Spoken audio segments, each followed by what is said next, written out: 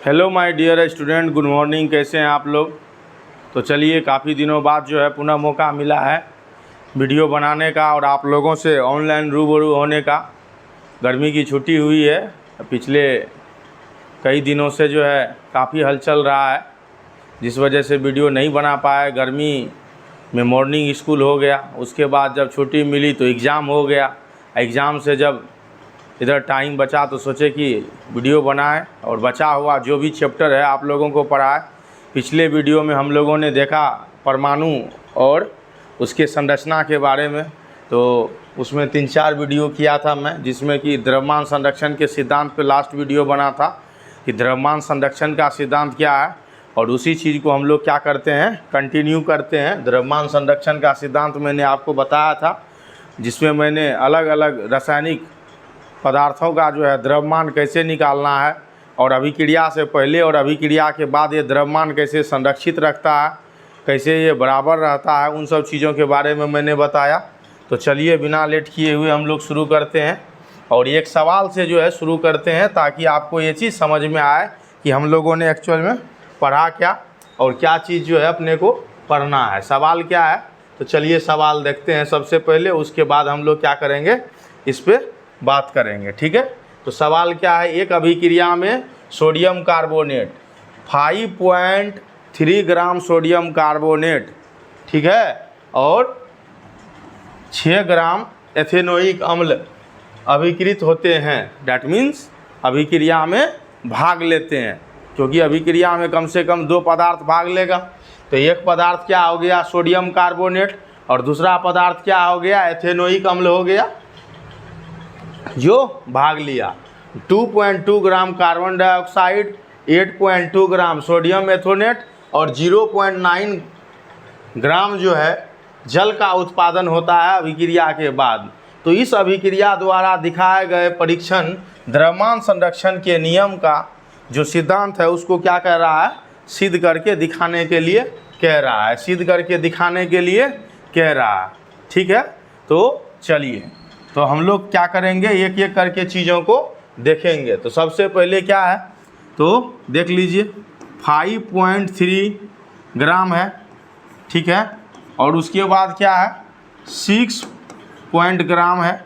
ये क्या है, ये मास ऑफ रिएक्टेंट है। क्या है, मास ऑफ रिएक्टेंट है। ये जो है अभिकारक का मास है। तो ये दोनों मास को आप जोड़िए, ठीक है। यहाँ क्या हो जाएगा, 3 हो जाएगा, और यहाँ क्या हो जाएगा 6 + 5 11 हो जाएगा, ये ग्राम हो जाएगा। तो एक तरफ का मास निकल के तैयार है, एक तरह का मास निकल के क्या है, तैयार है। तो हम लोग क्या करते हैं, हम लोग चलिए बिना लेट किए क्या करते हैं, इसके थीम को चेंज करके, इसके थीम को चेंज करके हम लोग आ जाते हैं डायरेक्ट इस पर। ठीक है, तो आपने क्या देखा, जो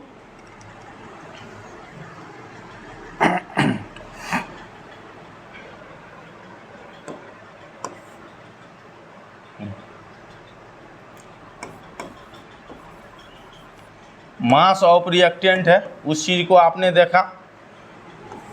5.3 प्लस 6.0 ये किस में है, तो ग्राम में है।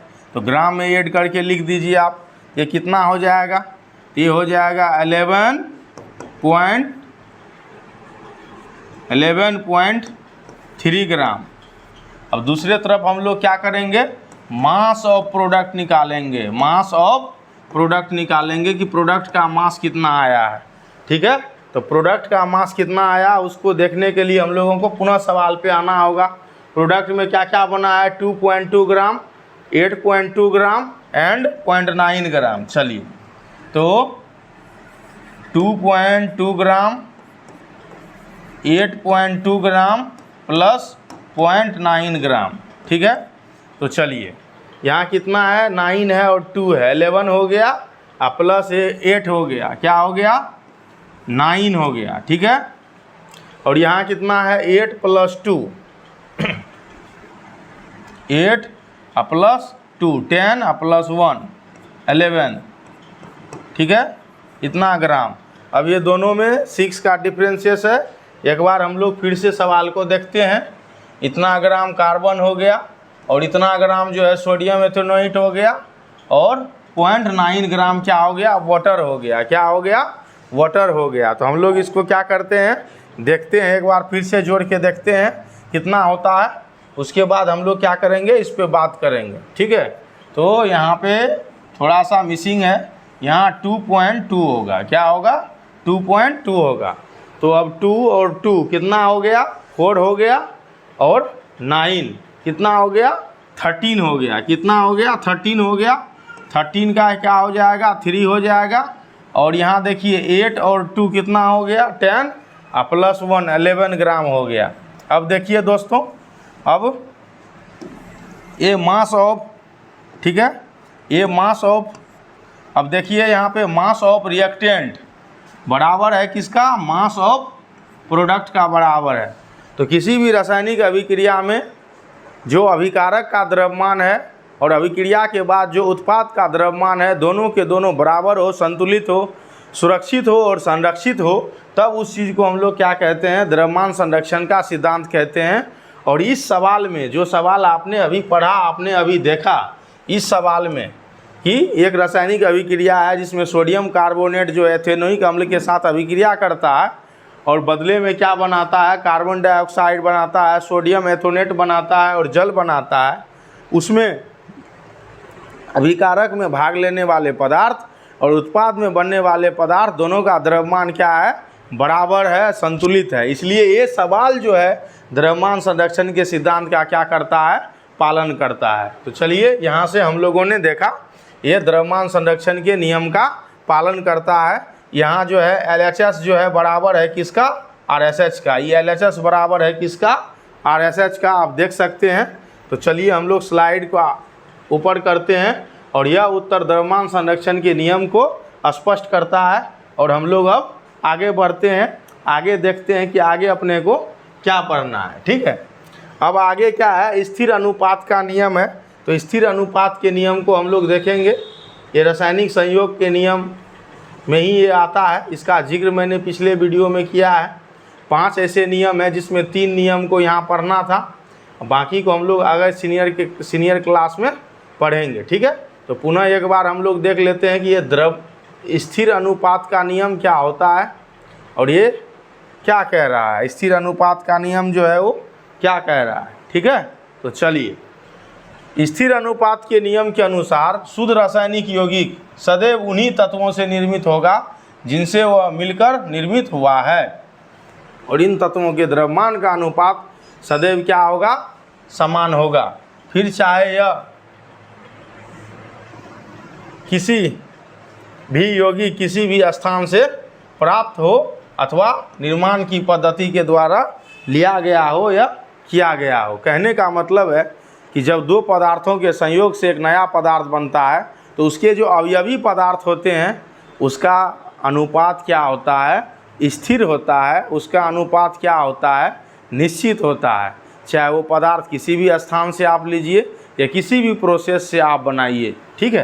कहने का मतलब ये है, जैसे आप देखिए 18 ग्राम अगर आप क्या किए, H2O लिए, तो इसमें जो ये हाइड्रोजन है और इसमें जो ये ऑक्सीजन है, तो हाइड्रोजन का 2 एटम्स है और ऑक्सीजन का 1 एटम्स है। अब यहाँ देखिए इसका जो अनुपात है ये 2:1 है। अब ये 2:1 है, ये किस हिसाब से 2:1 है, तो ये जो इसके एटम्स हैं, इसके एटम्स के हिसाब से 2:1 है। बट अगर हम लोग आगे देखें, आगे इस चीज़ को समझें, ठीक है, तो इस चीज़ को हम लोग कैसे लेंगे, कैसे समझेंगे, ठीक है। तो चलिए आगे हम लोग बढ़ते हैं, इस चीज़ को देखते हैं, समझते हैं, ठीक है। चलिए, तो अब देखिए यहाँ H2O है, तो H का द्रव्यमान कितना हो जाएगा, 2 हो जाएगा। और अब यहाँ पे क्या है, ऑक्सीजन है, ऑक्सीजन का द्रव्यमान कितना है, तो ऑक्सीजन 1 है, तो ये कितना हो जाएगा, 16 हो जाएगा। जब इसको आप क्या कीजिएगा, स्टैंडर्ड फॉर्म में लाइएगा तो ये क्या हो जाएगा, 1:8 हो जाएगा। अब दुनिया के किसी भी स्थान से अगर आप जल लेते हैं तो द्रव्यमान के हिसाब से उसमें क्या होगा, हाइड्रोजन और ऑक्सीजन 1:8 8 ही होगा। ये क्या होगा? 1:8 ही होगा। ये अपने दिमाग में आपको रखना होगा, ठीक है। इसी चीज़ को कहते हैं स्थिर अनुपात का नियम। इसको ही क्या कहते हैं? स्थिर अनुपात का नियम। मतलब मेरे प्यारे बच्चों, जब रासायनिक अभिक्रिया में नया पदार्थ बनता है तो उसके अवयवी पदार्थ जो होते हैं वो एक निश्चित अनुपात में क्या होते हैं? संयोजित होते हैं। तब जाके अभिक्रिया होती है और नया पदार्थ बनता है। समझ गए? चलिए एक उदाहरण हम लोगों ने किस वाटर को लेके देखा, किसको लेके देखा? वाटर को लेके देखा। और इस तरह के कई उदाहरण हम लोग ले सकते हैं। तो चलिए इसको छोटा करके ऊपर करते हैं और हम लोग थोड़ा सा दूसरा उदाहरण लेते हैं ताकि एक साथ आपको ये चीज़ समझ में आए। दूसरा हम लोग लेते हैं carbon dioxide. Carbon dioxide, carbon के कितने एटम हैं? 1 एटम है। और ऑक्सीजन के कितने एटम हैं? 2 एटम हैं, ठीक है। ये अनुपात है नंबर के हिसाब से, ठीक है। इसे क्या कह सकते हैं हम लोग? न्यूमरिक रेशियो कह सकते हैं। जितने एटम पार्टिसिपेट करते हैं उसका अनुपात है। अब हम लोग यहाँ क्या करेंगे? स्थिर अनुपात के नियम के अनुसार से हम लोग इसका मास रेशियो को देखेंगे। क्या करेंगे? मास रेशियो को देखेंगे। तो कार्बन का कितना होता है? आप सबों को पता है कि कार्बन का कितना होता है। तो कार्बन का 12 होता है। ऑक्सीजन कितना है? 2 है। तो 16 दूना कितना हो जाएगा? 32 हो जाएगा। अब इसका जो स्टैंडर्ड फॉर्म है उस फॉर्म में ले आइए तो कितना हो जाएगा? 4 तिया 12 हो जाएगा और 8 चौका 32 हो जाएगा, ठीक है। और ये कितना आ जाएगा? ये आ जाएगा 3:8 आ जाएगा। क्या आ जाएगा? 3:8 आ जाएगा, ठीक है।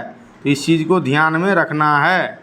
अब आप कार्बन डाइऑक्साइड जो है कहीं से लीजिए, इंडस्ट्री से लीजिए, फैक्ट्री से लीजिए, या अपने घर में ही कोयला को जलाइए उससे लीजिए, कहीं से भी लीजिए, किसी रिएक्शन से आप ले लीजिए, जहाँ से भी कार्बन डाइऑक्साइड आप प्राप्त कीजिएगा उसमें कार्बन और ऑक्सीजन का जो संयोग है वो अनुपात के हिसाब से 3:8 ही होगा। इसी को हम लोग क्या कहते हैं? इसी को कहते हैं मेरे प्यारे बच्चे स्थिर अनुपात का नियम। क्या कहते हैं? स्थिर अनुपात का नियम कहते हैं। तो ये 2 उदाहरण से आपने समझ लिया होगा। अब पुनः हम लोग क्या करते हैं? अपने जो टॉपिक है उस पे आते हैं, ठीक है। तो एक बार फिर से सुन लीजिए।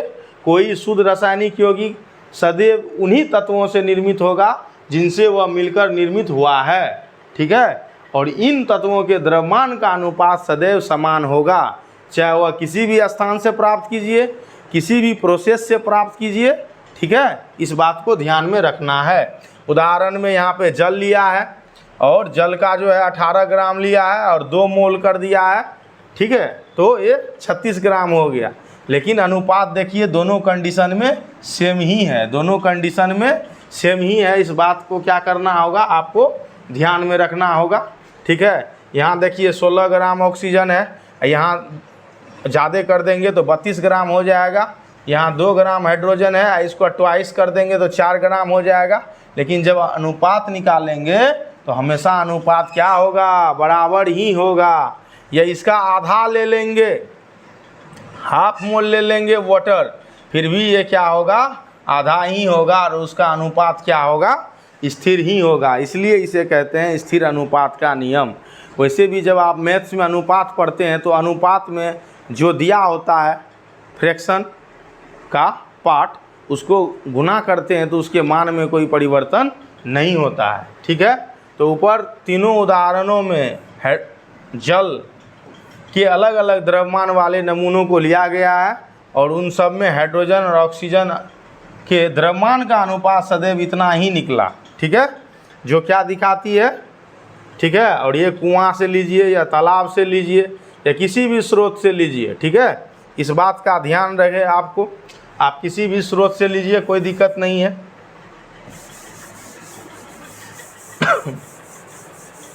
एनसीईआरटी खुद ये कहती है कि किसी भी स्रोत से आप लीजिए, कुआं से लीजिए, तालाब से लीजिए या किसी भी स्रोत से लीजिए, उसमें क्या होगा?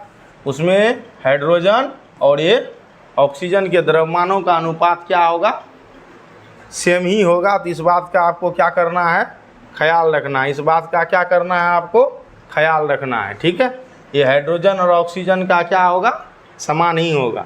ठीक है, अब क्या है, एक सवाल है, सवाल से इस चीज़ को हम लोग समझ सकते हैं, सवाल से इस चीज़ को हम लोग देख सकते हैं, और उसके बाद जो है हम लोग क्या करेंगे, आगे बढ़ेंगे, आगे इस चीज़ को देखेंगे।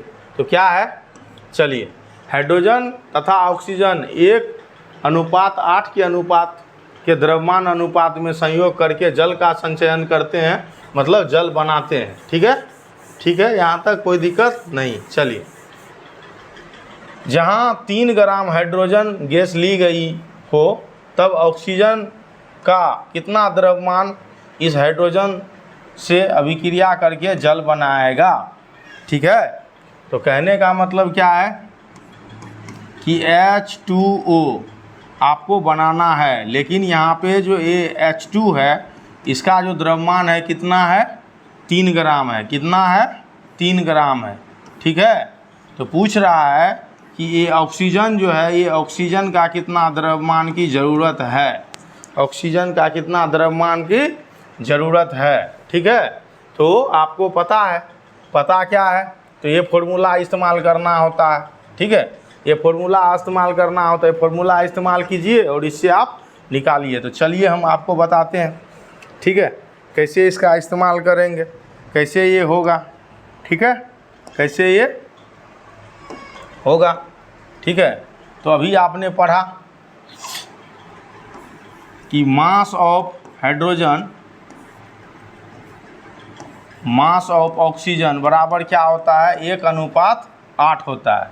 ठीक है, 1:8 होता है किस केस में, तो वाटर के केस में। किस केस में, वाटर के केस में। तो अब अपने को क्या दिया हुआ है, तो अपने को हाइड्रोजन दिया हुआ है कितना, आपको पता होना चाहिए कि हाइड्रोजन कितना दिया हुआ है।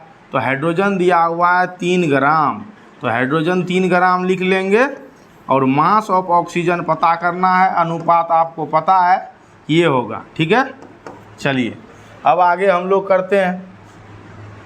तो ये क्या होगा, क्रॉस मल्टीप्लाई हो जाएगा, m0 बराबर क्या हो जाएगा, इधर से मल्टीप्लाई हो जाएगा, 3 × 8 बराबर 24 ग्राम। तो कहने का मतलब है मेरे बच्चे, अगर आपको 3 ग्राम क्या दिया है, हाइड्रोजन दिया है वाटर बनाने के लिए, तो 24 ग्राम आपको क्या चाहिए, 24 ग्राम आपको ऑक्सीजन चाहिए।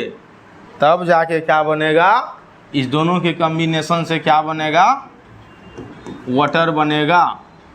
ठीक है, इस बात का आपको क्या करना है, ख्याल रखना है। ठीक है, तो इस तरह का सवाल आता है, इस तरह का सवाल आप बना सकते हैं, इसको आप देख सकते हैं, समझ सकते हैं। ठीक है, और एनसीईआरटी भी क्या की है, तो एनसीईआरटी भी यही की है। देखिए आप यहाँ पे ले लिए। तो अब क्या है, तो ऑक्सीजन गैस का द्रव्यमान कितना है, तो इतना आ गया है, देख लीजिए आप। तो इस तरह से आप अपने घर में भी क्या कर सकते हैं, ये क्वेश्चन को सॉल्व कर सकते हैं। एनसीईआरटी जब आप पढ़ेंगे तो क्वेश्चन इस तरह से सॉल्व कर सकते हैं। ठीक ना, इस चीज़ को क्या करना है, ध्यान में रखना है। अब इसी चीज़ को ये क्या किया है, लिख के दिखाया है, जो कि आपको क्या करना है, ध्यान में रखना है। चलिए, 24 ग्राम ऑक्सीजन और 3 ग्राम हाइड्रोजन गैस से अभिक्रित होकर 27 ग्राम क्या होगा, जल का निर्माण होगा। 27 ग्राम जल का निर्माण होगा। ठीक है, अगर इस चीज़ को हम लोग ऐसे लिखें, H2 + O2 2H2O, ये तो आ गया। ठीक है, इसका स्टैंडर्ड फॉर्म आ गया। लेकिन ग्राम के हिसाब से ये कितना है, ग्राम के हिसाब से ये देखिएगा तो कितना है, ये 3 ग्राम दिया हुआ है, और ये कितना निकाले हैं हम लोग, 24 ग्राम निकाले हैं हम लोग। तो और ये कितना हो गया, 27 ग्राम हो गया। ठीक है, तो जो कि मोल के हिसाब से सटीक नहीं है, मोल के हिसाब से सही नहीं है। ठीक है, ये चीज़ आपको क्या करना है, ध्यान में रखना है। ठीक है, तो उस हिसाब से आपको ये चीज़ ध्यान में रखना है। हाइड्रोजन को अगर देखिएगा तो हाइड्रोजन में यहाँ कितना आ जाएगा, 2 हाइड्रोजन है, ये इतना आ जाएगा, ये 24 है, ठीक है। तो ये याद रखना है आपको, ये भी हाफ के आसपास आ जाएगा और यहाँ जो बनेगा ये भी क्या हो जाएगा, हाफ मोल के आसपास आ जाएगा।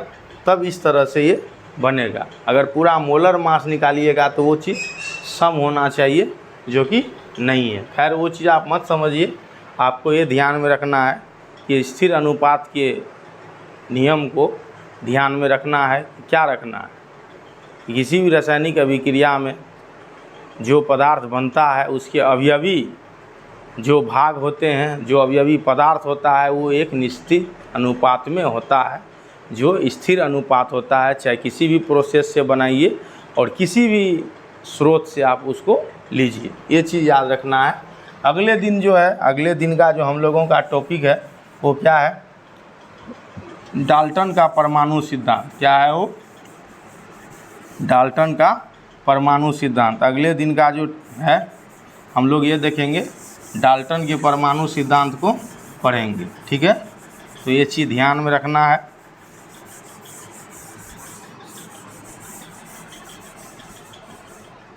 डाल्टन साहब कौन थे, तो डाल्टन साहब हमारे साइंटिस्ट थे, ठीक है। और इनका बहुत बड़ा योगदान है केमिस्ट्री में, और ख़ास करके जो एटॉमिक साइंस है उसमें डाल्टन का परमाणु सिद्धांत। ये पहले ऐसे साइंटिस्ट है जिन्होंने परमाणु के बारे में कुछ बताया, एटम्स के बारे में कुछ बताया, फिर सिद्धांत दिया। बेशक कल को सिद्धांत गलत हो गया अलग बात है, लेकिन शुरू इन्होंने किया, ठीक है। तो इसको हम लोग देखेंगे। रासायनिक संयोग के नियम पर आधारित डाल्टन के परमाणु सिद्धांत द्रव्यमान संरक्षण का नियम और स्थिर अनुपात के नियम को क्या करता है, सिद्ध करता है। तो डाल्टन के नियम से इन दोनों नियमों को भी हम लोग क्या करेंगे, व्याख्या करेंगे। कल मिलते हैं, टाइम हो चुका है। आप लोग वीडियो पुनः देखना शुरू कीजिए और जो भी दिक्कत हो कमेंट किया कीजिए। हम लोग पुनः मिलते हैं कल, ठीक है। बाय बाय, टाटा, जय हिंद।